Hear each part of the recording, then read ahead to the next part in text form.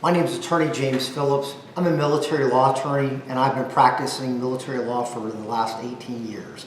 I've done every kind of case that there is, murder all the way down to public intox. And one of the things that I do now is a lot of discharge upgrades. And there's two boards that you can go to, the Board of Correctional and Military Records or the Discharge Review Board. But both of those boards, we still create the same kind of product.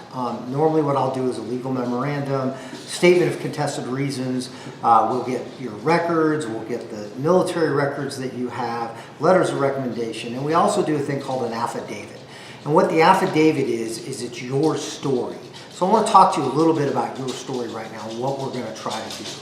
First off, the first thing I normally have you do is write a little bit about how you decided to go into the military and what your life was like before you decided to go into the military. So high school, you loved your country, your brother, or your family, or whoever it may be. There was a history behind what you were trying to do and a history behind your going into the military. After that, we start off by talking about when you go in, where you went to basic training, some of the basic, fundamental good things that you did before you had the trouble as far as the discharge was concerned. Have you write a little bit about that. It's pretty simple and straightforward.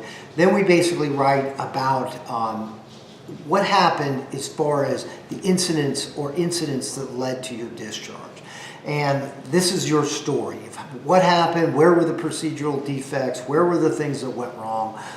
We also talk about what happened as far as the separation itself is concerned, what they did or didn't do. Did they give you rehab? Did they start trying to put you back into another unit? What did they do during the time that you were getting separated? And finally, we talk about the discharge itself. And one of the things we'll talk about specifically with the board is what it is that you're asking the board to do. You're trying to change your RE code. Are you trying to change just the discharge itself, the narrative reason, the 3 separator codes, whatever it may be.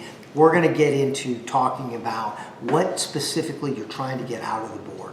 And the other thing we talk about is why you're trying to go back and get it changed. Because there's 3 different prongs the board's going to look at. 1, was there a procedural defect? And that's my job to do in the legal memorandum.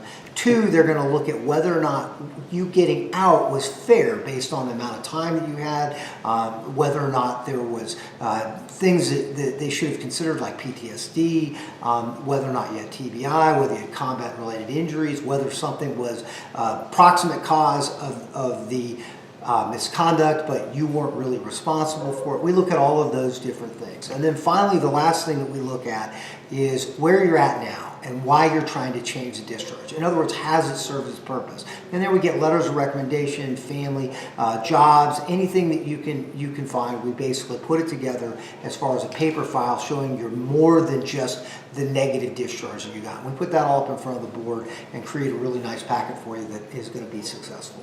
My number is 931-217-7648. You can text me or call me at that number, and I'll be happy to talk to you about some more details if that's what you're looking for. Thank you.